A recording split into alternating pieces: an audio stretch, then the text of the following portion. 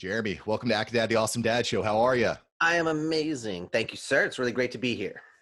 Glad to have you on. I've been listening to a few episodes of your podcast. It's really good. It's kind of taking parenting in a unique perspective, and I really like your openness on the show. It's really great. It's really great.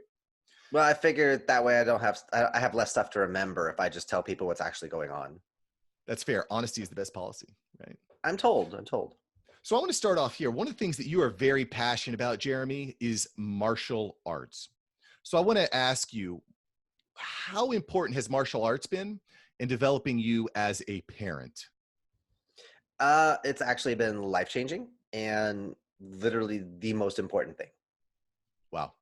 Wow. And how so? How has it been so important? What's the one thing that you've learned from martial arts that's really resonated and manifested yourself in your parenting style?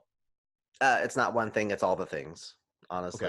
Okay. So just take it from the very rip, okay? So when we bow, right hand, well, I'll do it for reverse, but right hand makes a fist, left hand make a palm.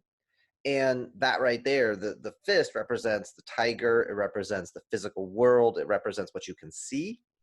The dragon, which is the palm, represents wisdom, it represents the invisible world, the things you feel, the things you can't see.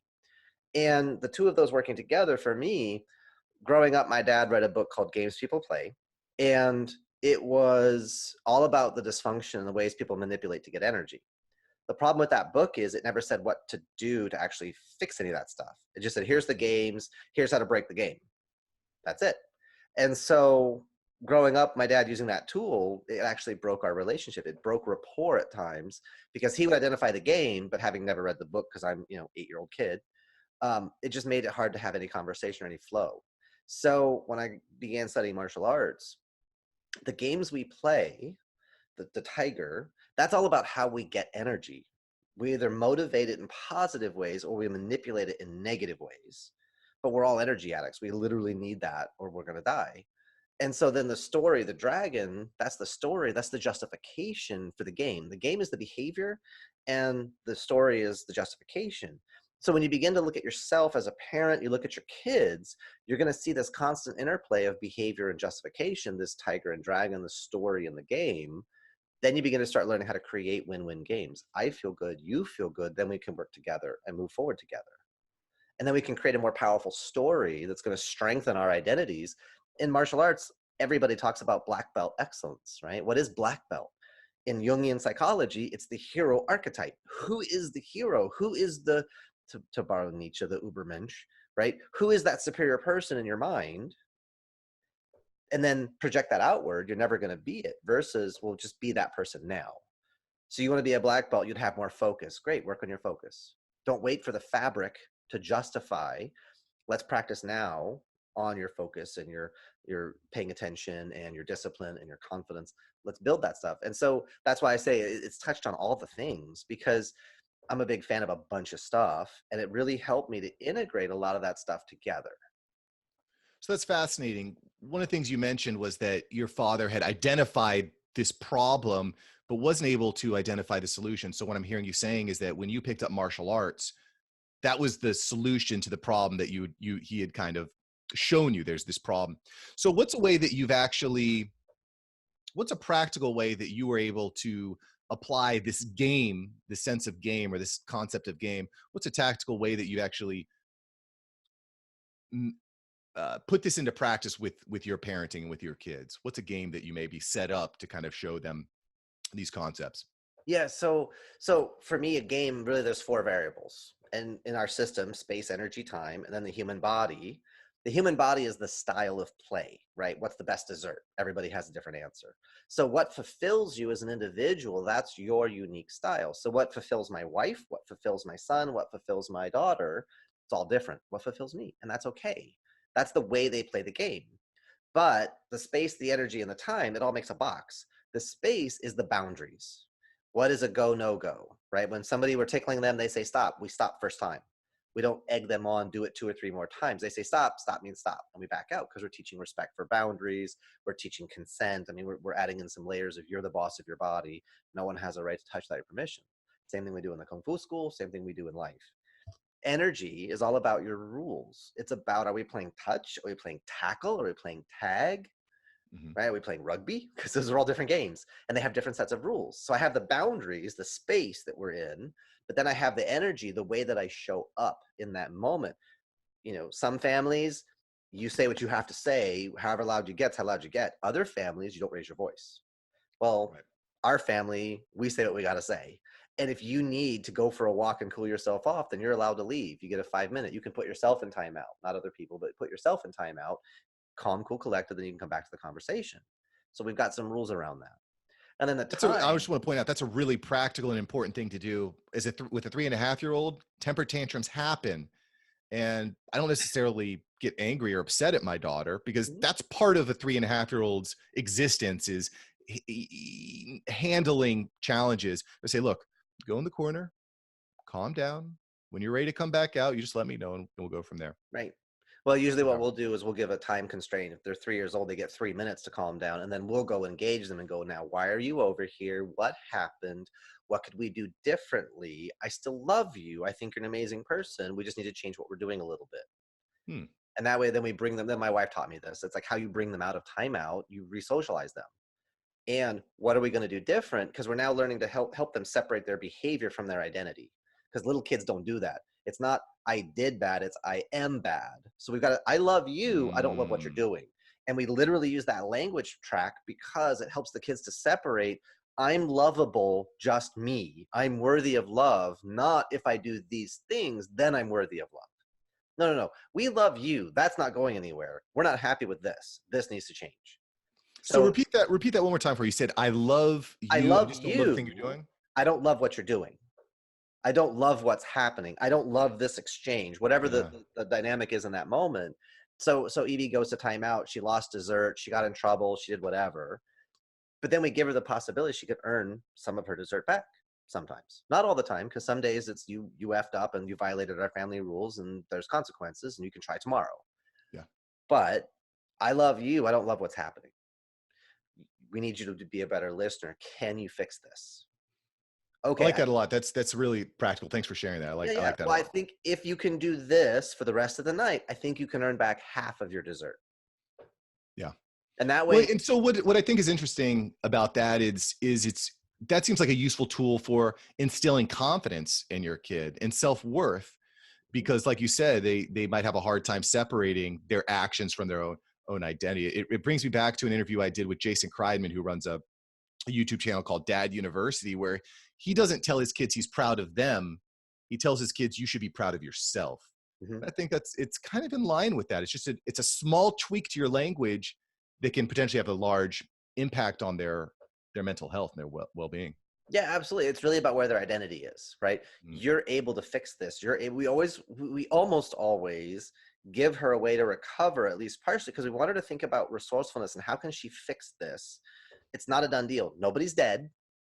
So nobody got broken. Okay, we can fix this. We could do something to change the situation. What could we do to help her? It's called laddering. We're giving her a way to climb out of that situation, and then she can begin to. And the same thing with her brother. How can they solve their problem? Versus, I'm just going to give you pain. You're already upset with yourself for whatever happened, and you went to timeout. But now I'm going to take stuff away from you. I'm going to stack pain on top of pain. So how do you avoid the laddering concept from turning into negotiation? Because that's something that kids love to do. They're like, I ate half of my vegetables. Can I have dessert now? How do you avoid them getting confused or mixed up? Oh no, we're okay with negotiation. It's a skill you got to learn. Okay. However, there are certain baselines. I'm sorry, dessert doesn't happen until all the vegetables are gone Mm. and whatever, whatever. This is the minimum condition you have to meet. You want YouTube? Great, you got to eat your breakfast all gone. Well, I ate half my breakfast. Can I have half YouTube? Nope. I like that. So you're willing to negotiate on some things, but others you're taking a hard line, a firm line. I think that makes sense. That's Absolutely. And we're also giving the kids the ability to do that too. We want them to do something or we want something to happen or whatever, and they're not comfortable, they're not okay with, and they draw a hard line. We're like, okay, what's going on? I can respect that, but what's happening? And then we can help kind of deconstruct that they're not comfortable, they're overloaded, they're confused, they're scared, whatever we call it small, sad, cold, negative energy. You feel small, sad, or cold inside. Okay, let's fix that. Because our goal is to create a win-win. You feel good and I feel good, then we move forward together. And that's the time on the side is how do I score points? right? So space is the boundaries, energy is the rules, time is how I score points. How do I score points with you? What are your love languages? What's your needs structure? What is your driving force in the moment? What is something we've been, you know, you want to do a slumber party, whatever. How do I score points with you so that we know how to light each other up? Because if we make it our mission, hey, let's light mom up today. Mom is going to do cool stuff, but she's going to do it from a place of abundance and being overflowing versus she's depleted and she'll do stuff, but she kvetches about it. Or I'm depleted and I'm doing stuff, but I'm kvetching about it. Whenever someone gives you that squeaky wheel, that's a sign we need to fill them back up. We need to, we need to put more love and aid into them because they're running low.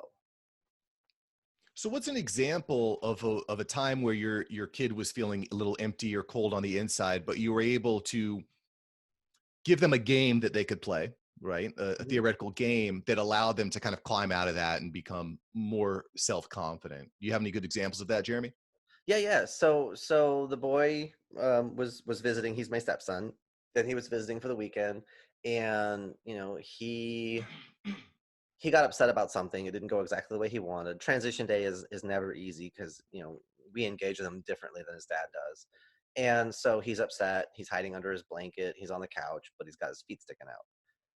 So we start to tickle his feet, just a little bit teasing, just a little bit playing, and he's not saying stop. He's pulling his feet away and trying to bury himself and all the rest, but he's not saying stop. So then we get him to start laughing, and we just kind of shift his physiology and get him to relax. Then we're like, okay, well, we're going to go eat donuts in the other room. When you're ready to grace us with your presence, you may. And then we left. And then like a minute later, he comes in the room and he's in a better mood because we engaged him with some positive. We're not making him wrong. If he needs some time to recharge, and we know, transition day is not always easy, and that's okay. Hmm. So knowing that, we can be a little more sensitive. Mom is usually faster at that than I am because still being dad, and I got clear boundaries. And dude, you're being a dill hole. Stop it. You're 10. Knock this off. But emotionally, he's not really 10. And I have to remind myself that he's a little bit younger emotionally than, and to be a little more gentle with him sometimes. Um, but it's just that being willing to tickle, being willing to just shift the pattern, not argue about, not fight about, just change the conversation. I had Yeah, let's say I had a yeah. student last night who was melting down, and she was just having, it was a sensitive day for her. And rather than make her wrong or isolate her, or she's standing there 7 years old and she's in tears. So I got the class doing some stuff. I had somebody there that I could manage the class over, and I just took her to the side. We had a little mat chat, and I got her to sit and just put her hand on her heart, feel her heartbeat, and just breathe for 2 minutes. And just doing that is a thing called heart meditation. You just put your hand on your heart, you feel your heartbeat, you breathe into your heart, your EEG and your EKG begin to line up, and then like you feel more calm and relaxed. It's a simple technique for centering. Gave it to her. Love that. Yeah, I like to win. Yeah, winning is great. So we've touched on three of the sides of this box. What's Mhm. the fourth side? We talked about space, energy, and time. What's Yeah, the number four? bottom is the human body. So the top you can think of as the science of achievement. The bottom is the art of fulfillment. Okay. What makes you happy? What's your style? Right. My son he's an auditory person. And when he was a little guy, same age as Evie is now, Evie's my daughter. But you could just say, I'm disappointed in you. And he would just fall apart. Like it meant so much to him. Evie, you could say, I'm disappointed, and she doesn't care. She's visual kinesthetic. If she was at daycare and I told them, don't let her see how the gate works when she was 2. I was like, don't let her see how the gate works, because it was like you had to pull a thing and lift a thing and then do a thing and then it opened.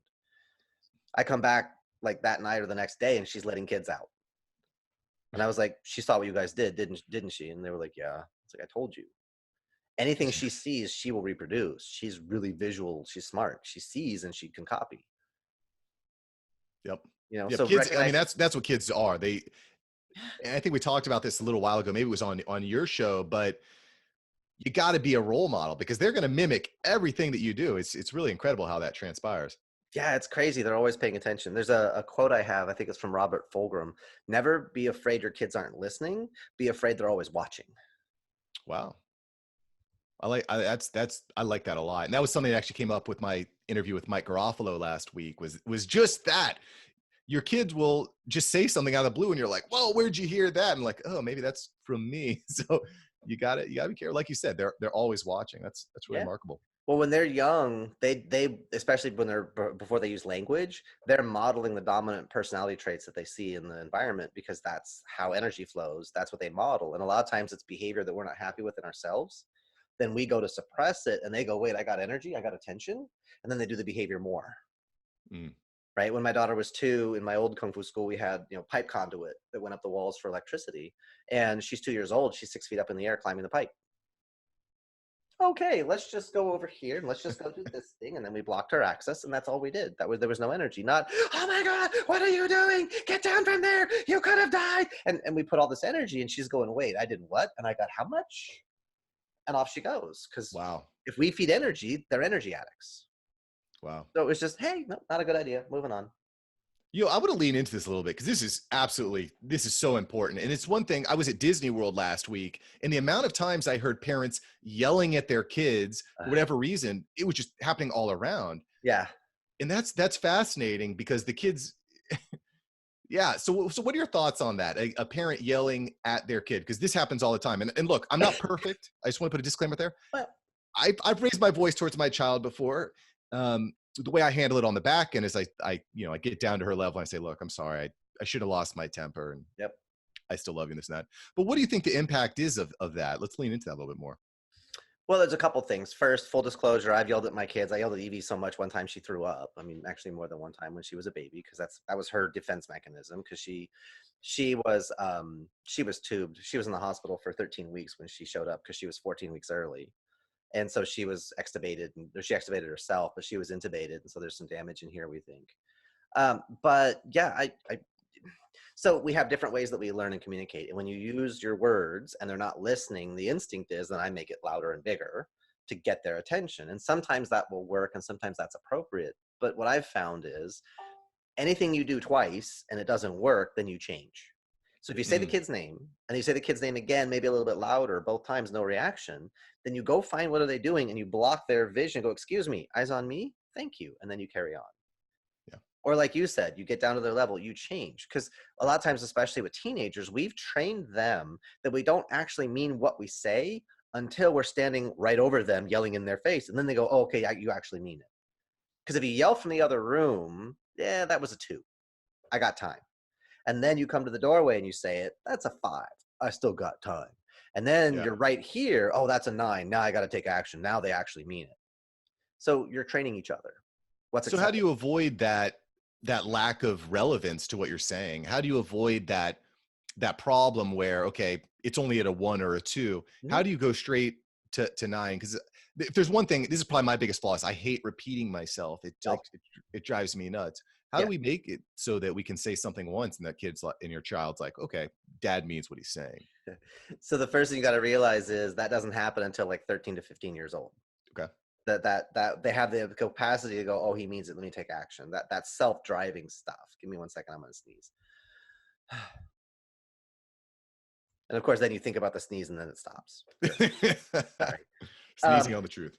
But really, it's a pattern of you're training and you're building over time. You're building that relationship and you're training to get to that result. So that, hey, I need you to go do this, and then they're like, oh, okay, and then they take action. You got to build to that, and it comes down to make the request twice. No response, no action, no whatever. Then you change what you're doing. You come up closer, be like, excuse me, tap, tap, tap. So I go touch them. That's kinesthetic. Break the line of sight, that's visual. I got to hit them from a different access system, a different communication system to break the fixation of whatever they got, right? So we talk about first step, basic, is self-control. My mind controls my body and my emotions. Focus is where I put my attention and involves focusing my eyes, my ears, my mind, and my body. So if somebody's not doing what you want, what are they focused on? You or something else. Break the fixation, get the focus back on you. Do they have the capacity to control themselves? They're in an emotional storm. They're not going to be able to control themselves. So then we got to get that centered and calm down first. Respect is when I show that I care, doing things and treating things with positive energy. I can't show respect if I'm not paying attention. I can't pay attention if I don't have self-control. So it's a stacking. Again, this is why martial arts touches on everything, because we begin with self-control, then focus, then respect. Self-discipline is when I do what I'm supposed to do. I tell me to do what I'm supposed to do, no matter if I like it or not. And the key word in there is supposed to, which means you care about the stuff that I want you to care about, teenagers. So I got to align with what you care about. You want the car this weekend. I'd love for that to happen. What needs to happen around here first? How does your room need to look before I feel comfortable giving you 2,000 pounds of death? And then the kids can go solve their problem. I'm not telling them to go clean their room. I'm just asking them. And then when they make the synaptic jump, because they said it, they own it, must be true. And so then they begin, so how can I engineer the conversation? So they're making the jumps, they're making the thing happen. So then I can work my way backward and go, hey, if you want the blank, this needs to happen first. For the younger kids, you give them specific, do this to get that. And then Yeah. as they get a little more sophisticated, you begin to back off. What needs to happen for you to get that? Yeah, And so we have then like they a can, little star chart at our house. So when my daughter executes a task, she gets a star for the yep, day, and then at the end of the week, depending on the amount of stars, she gets a reward. Your awesome. kids are, And well, hold on for that for a second. yeah. Do you want to go for the bonus round? What's the bonus round? Well, if you turn your card in this week, you earn this. But if you could go 2 weeks, you could turn it in for that. Oh, I like that. Because then what Little you're starting delayed to do is you're gratification. teaching delayed gratification. Wait, you want to go Yeah, to Chuck E. Cheese? Fantastic. At the end of the month, if you could do 3-star charts with no other rewards, then we could do Chuck E. Cheese. I like that. And delayed gratification is something I think that humans, especially in this day and age, really struggle with. We want it now. We need it now. I just But look it up. man, Hold on. exactly. Yeah. And man, that's a real, I think that's a real problem. I think that leads to a lot of dissatisfaction with people because you have this expectation that everything is right there at your fingertips, could be right here now. Yep. But when it's not, it's like, oh, the world is ending. Yep. You got to let your kids learn how to be bored. Mm, that is powerful right there. That's powerful. And so that's a really hard thing to do because when your kids are bored, it causes trouble. You know? They're Yeah. right on you. And they're like, you entertain me. Nope. I got work to do. I got this. I got that. You have this, this, and this. Solve your problem. Talk to you later. Bye. For me, I think that's probably the biggest challenge that I have as a father because there's sometimes where I just need to focus, like what we're doing now, handling a podcast or a show. Yep. If my kid is not, if I don't have the TV on, my kid is going to be, who knows what she's going to be doing, Right. Well, tearing apart the whole because she's house. 3. She's Right. 3. At 6, she could be more self-regulating. She can have a half hour of go play with your Legos. Our daughter, she got Legos for Christmas, big box of pink ones, and then we went and bought more because she actually wakes up now and says, "Can we play Legos?" Instead of, "Can I have YouTube?" Yeah. Yes. Yeah. Well, that's something I think my wife and I have been very good about is not using the tablet as a crutch, which Yep. is something I think can get you into a lot of trouble if you're at a restaurant or going on a car trip, just handing them a Yep. tablet because that'll keep them quiet. It'll put them into zombie mode. Right. It's an opiate. I had a student who parents were massively introverted and they would come home from work and school and they would be on their screens. And so he would be on his screen. So he had no socialization. So he had no impulse control. He's the only kid I've ever worked with who can't actually play a video game because he would get distracted by what other people are doing because he had such Mhm. a low social engagement at home that he's constantly, he's 8 years old, but he talks like he's 3. I was listening to an episode of your show, the Parenting Program Show, right? Your podcast, the Parenting Program Show. I was listening to an episode, and you had mentioned that at a phase in your life, you had a really hard time meeting friends, meeting other children when you were younger. Mhm. How do you avoid your kids having that same problem? How do you allow your kids and teach them how to socialize with other children? I married their mom. That's fair. She's a So you let social your wife do the heavy animal. lifting, or Well, no, she's a social animal, so she loves to engage with people and to connect and to like people. I do too, but for me, it's more of a context thing. Like I don't Mhm. have a need to go out and socialize because I interact with over 1,000 people a month through the martial arts school and the various things I'm doing online. So I mean, I get a lot of engagement. So I don't have a huge need. I don't have a huge herd instinct. I don't have a huge. I've got to be part of a group and I've got to have a sports team and they need to be sportsing and I mean, I'm interested in that stuff and I'm educated to some degree and I can ask intelligent questions, but I don't have that drive. And then there are a lot of people that do, and there's nothing wrong with that. But like our daughter, she was home with us a lot. And then we were like, okay, we can keep her home with us, but we need her to go to daycare. We need her to socialize with other children. She needs to learn how to take turns, learn how to cooperate. I've had them both in the martial arts school because they're seeing me in a different role. And look, I'm not daddy, I'm Sifu. I'm in uniform, it's sir, it's Sifu 100%. And no, I can't hold on to you. I don't do that with any of the other students. That's inappropriate. So we got to help them understand time and place and how you show up in different times and different places, different roles that you have. Mm. And so we're giving them those different experiences, and not everybody has that ability. So then it's getting them involved in sports teams, it's in getting them into sports. I would of course recommend everybody gets their kids into martial arts, especially when they're about like 7 to 8 through about 10 to 12, because no other activity is going to teach them conflict management and crisis management in the way that martial arts does. Kids in a sports team get in a fight, kick them off the team, put them in the penalty box, give them a timeout. They don't learn to resolve that stuff. In martial arts, you never hit out of anger, you never speak out of anger. So they're learning how to recognize their emotion and then choose their behavioral course, and they're learning to self-regulate. And then, I had a 5-year-old who had mom and dad, single child, and the look on his face when I said, "Hold on a second, you have to wait your turn." He's Yeah. literally never heard those words in his whole entire life because he has 2 caregivers, one of which will acknowledge him and do something if he does something stupid, Mm. right? So he's like, "What?" Like, Brain literally, you explodes, saw his melting. eyes like just. So did he have a meltdown right there and have like a tantrum, or was he just like, you know what, I'm going to respect that decision? No, Or he was cool. We had good rapport. So I said, "Hold on a second, you got to wait your turn because it's them and then it's you again." He's like, "What?" And he I mean, was kind that's of. invaluable. And then I went over here, and then I came back to him. I said, "There you go." And then it's him holding for her and her holding for him. And then we got to learn how to be a good partner. If you want to have good skill, you got to have good partner. Best way to get a good partner is be a good partner, be the thing you want to see in the world. Yeah. Yeah, that's why I recommend martial arts so much. And if you get it before 10 to 12, 10 to 12 is when the peer group starts to fracture, and the peer group begins to take over from the role of the parents. We start to become kind of like a landing place, and we transport.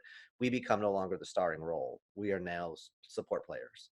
And 10 to 12, the peer group fractures. And we were cool in 4th grade. We're not in 5th grade.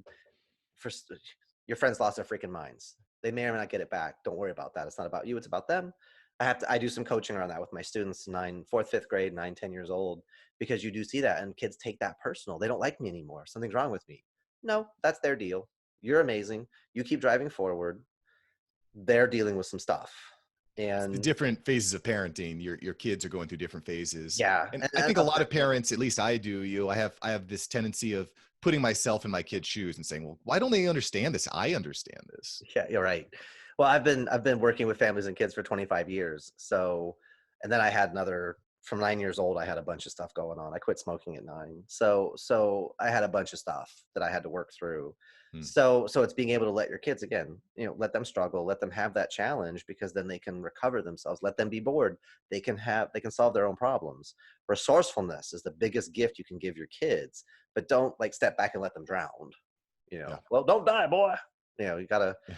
be there to help support, be the wind a little bit, but let them be in to take more of a starring role, take more action, drive more, and then life gets easier for both of you over time. Agreed. That came up with my interview with Stephen Bishop, actor Stephen Bishop, is exactly that. Like, you want to tell your kids, look, there's a pothole coming, but you also got to allow them to make their own mistakes and have their own failures. Be So aware these are the things ahead of you. And then they have choices because you help them to be aware, and now it's their choices and their consequences, and then you help recover. yeah. Hmm? Yeah, no, I agree 100%. You growing up, you grew up in a military family, right? So there was a lot of traveling, Yes, sir. and we talk about making friends and having relationships with all these different people and trying to meet new people. What advice would you give to parents who are in a situation like that, where they're traveling a lot, they're putting kids in new schools, there's a constant like changing of the guard, if you would, because that's something that I think could be really challenging for a young child. Like, okay, I've just finally got adjusted. I've got some new friends. I'm feeling good about it. We're moving to Arkansas, and I got to do it all over again. Do you have Right. any words of advice to The help parents biggest part navigate? really is about learning how to control the story, because are they losing something or are they gaining something?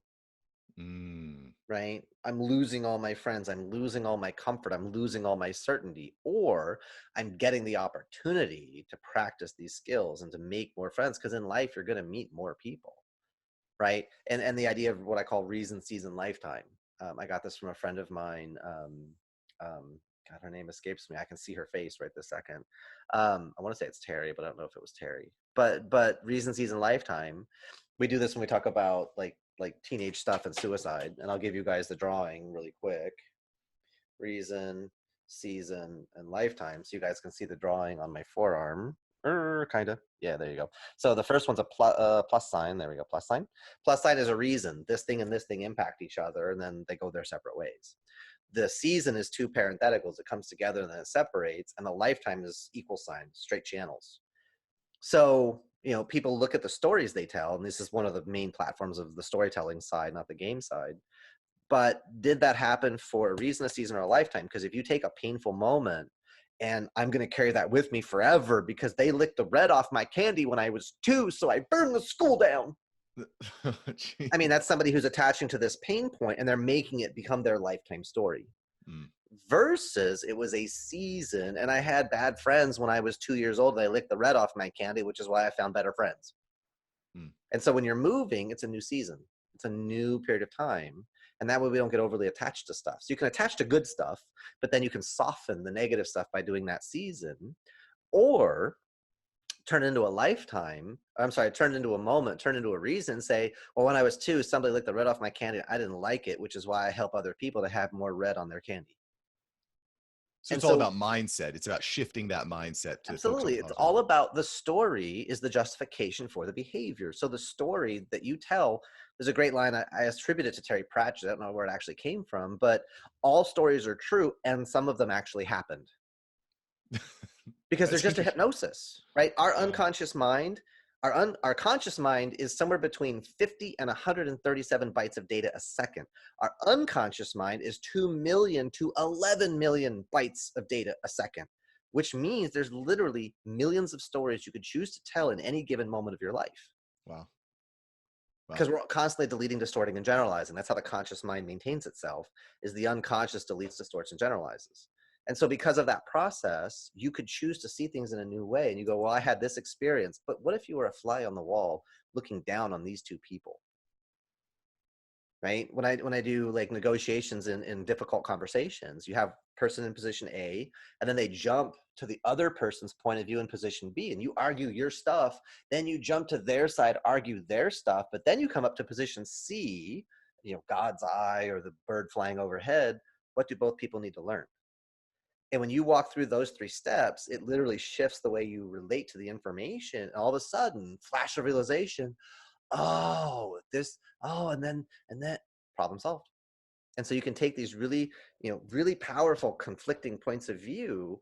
And because you associated to this one, then you literally jump and associate to this one. Then you step on top of a chair and look down. You change the references to it. You change the way your brain relates to it. You change the neural processes. You begin to new resources, new resourcefulness, and you find solutions you never could see from either of these positions. Because both of these people are right, but they're both missing something.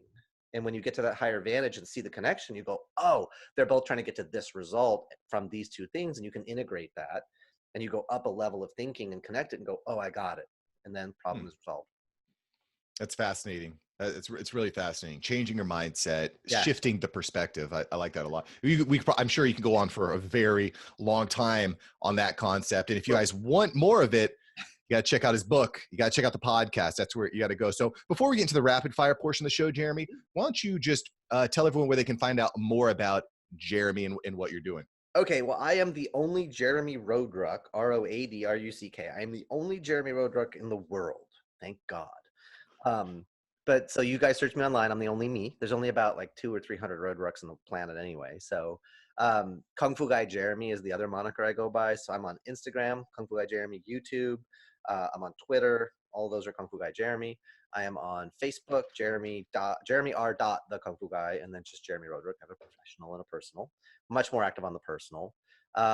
I'm on TikTok. I have a podcast. You can find that like everywhere you get podcasts. It's also on my YouTube channel, the video version. And then I'm on Amazon because I got a couple of books out there. I also have the book available for free. I also do like coaching and mentoring for families and couples. And then I've got some really great friends that do some more deep dive stuff in various sides. If you need like an in-person intervention, because I'm not at the place where I like want to go into your house and fix stuff. But yeah, so there's all the places, all the things. Good stuff. Good stuff. Great, Jeremy. So let's get into the rapid fire here before I let you go. Jeremy, what's your favorite book or story to tell your kids?